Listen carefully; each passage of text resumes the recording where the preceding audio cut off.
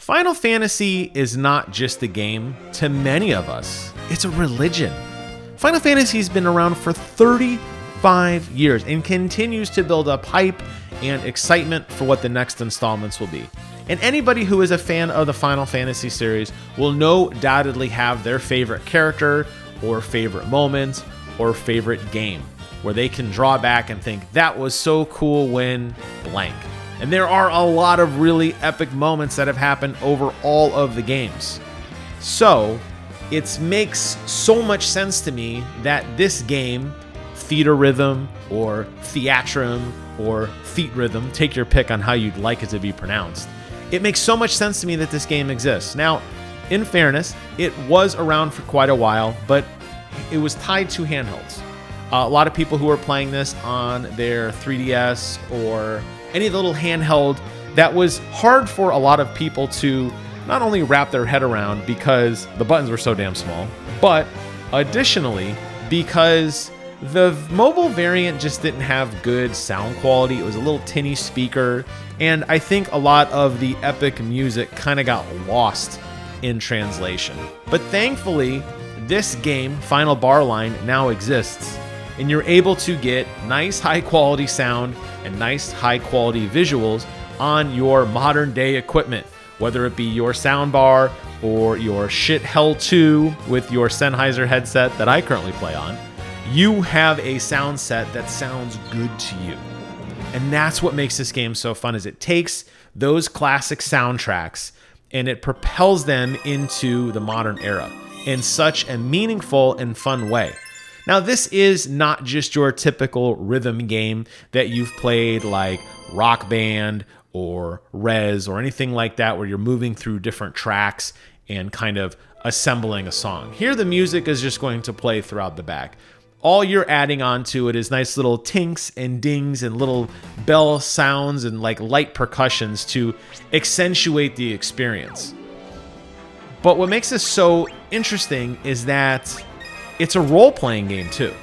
And I think that the marriage of a side-scrolling rhythm game and an RPG is one that I personally have never seen before. And I think that's what really kind of ties everything in. Not only are you getting to listen to music from some of your childhood memories, you're also getting to play with your quote-unquote dream team of characters you're going to guide into battle. And you're going to get to create a team that is like Kain from earlier Final Fantasies, the legendary Dragoon, by the way, my absolute favorite character of all time, or Cloud, or Aerith, or anyone. You name a character, they're most likely in this game. There is a lot of them because you're going to play through the soundtrack of each and every Final Fantasy game that came out. There are a total of 385 songs available in the box. The standard edition includes 385. There are more coming. There are digital deluxe songs. There are seasonal DLCs that are planned. There is just so many songs to play through this game that you're going to find a soundtrack or a game or something that is going to quote unquote hit you right in the feels, because that's exactly what it did for me. Now, the RPG element is really, really interesting because if you're like me and you do tend to miss a few notes, because let's face it, the notes are going to be coming at you pretty hot and heavy sometimes, even on the easier difficulty, you are going to lose health. Your party collectively is going to lose health. But fear not, if you have a healer in your team, every note that you play could potentially give you some health back. If you're having a hard time doing some of the optional challenges in each of the levels, like kill the enemy at the end or, deal so much damage, well, fear not. There are mages and warriors and other character classes that you play. And when you successfully execute notes, they will attack and they will perform skills that you assign to them. And they can even do summons, like Shiva can come down and help you fight off enemies, all while you're just playing through the notes. It's all automatic. You don't have to select the skills that you want to be executed. They will automatically play for you based on certain conditions being met. Maybe, automatically at the beginning of a song, or when your character reaches a certain health point, or if you can consecutively play so many notes, something like that. And because of the varying levels of difficulty and the varying levels of challenges that are associated with that, you can play on baby-ass baby mode and have just as fun of a time as somebody who's playing on super extreme, hyper ultimate, 10,000 beats per second mode. Yes, their rewards may be different than the reward you will receive. Sometimes the rewards could just be little things that go in like a museum, or additional songs to collect, or spells or pieces of gear. Yes, the harder difficulty will most likely reward you with better things, but that doesn't take away from your enjoyment. So on top of everything else that I've already mentioned, this game is very accessible. And that's great that at any time you can go back and play a song and kind of ramp up the difficulty to see if maybe you got the gist of it down. And with all great rhythm games, the notes do make logical sense within the theme of the music. And this applies to even the original basic Final Fantasy on Nintendo with this little beats and boops that it had. It still finds a way to inject your player inputted notes into that soundtrack to make it something special.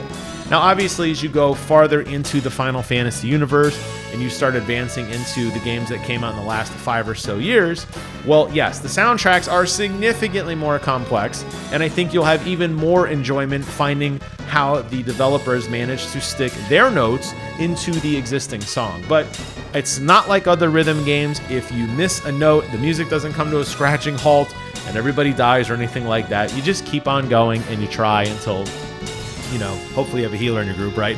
Who can heal you back up and you can keep going through the fight. The most fun of this game, obviously, reliving some of those classic soundtracks that a lot of us will just instantly remember from your favorite game. The quote-unquote inn song that you hear when you go into an inn to rest, the Mighty Red Wings song, music that's played during Blitzball tournaments, or maybe even something from Final Fantasy VII. Just stuff that you'll be like, oh, I instantly recognize that. And it's so fun to see your characters kind of working their way through.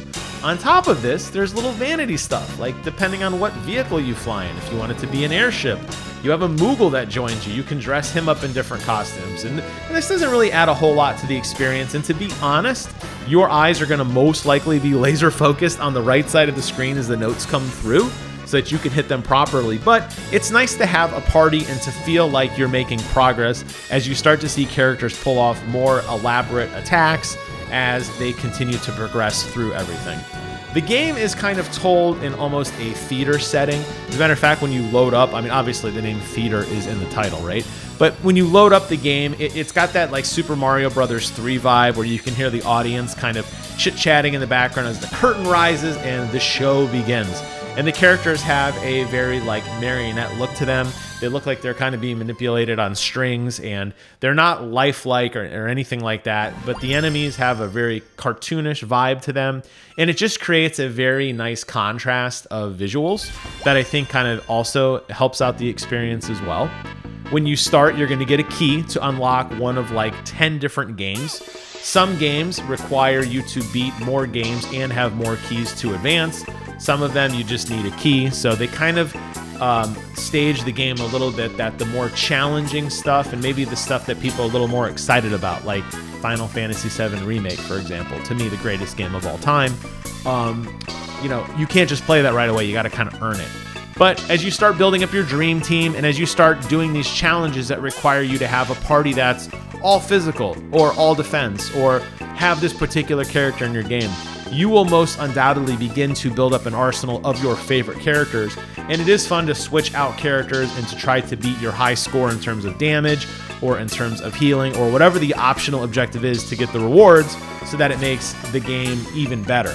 You will level up no matter what, and you will eventually brute force through everything. But trust me, getting the certain skills and items that are available that give you permanent stat boosts, like additional health or luck or things along those lines, will absolutely make the more stretch challenges significantly easier to compete. I can't say enough good things about this game. The fact that it's a rhythm game that works so well on a controller, the fact that any face button or trigger button can be utilized to hit the right notes in combination with the analog sticks makes this incredibly accessible to anyone at any age or any skill level. All you have to have is love for Final Fantasy, which if you have been playing games as long as I have, you have most there's no doubt in my mind you have crossed paths with a Final Fantasy game at some point. You will find something in here. Now, maybe some of the deep cuts, like the OG Final Fantasies on Super Nintendo, they may not hit you as hard as they hit me. But then again, I'm the guy who grew up playing games my whole life. So this is just a nice scoop of nostalgic ice cream to go with everything else I mentioned. I cannot recommend this game enough. It is an absolute blast and joy to play. I have it on the Switch, but you can pick it up on PlayStation as well. And enjoy it. Plug it into your best TV and your best sound system and enjoy the ride and the memories. You're going to have an absolute blast with this one. That wraps up my review of Final Barred Line. I want to hear from you guys in the comments below. Let me know your thoughts on this game. Did you play the old handheld games and you're just happy like me that it's finally ported over? Or are you not a Final Fantasy fan and this is your first introduction into the series? What's wrong with you? I want to hear from you guys down below. Thank you all so much for watching. Take care of yourselves. And until next time, I will see you guys on the other side.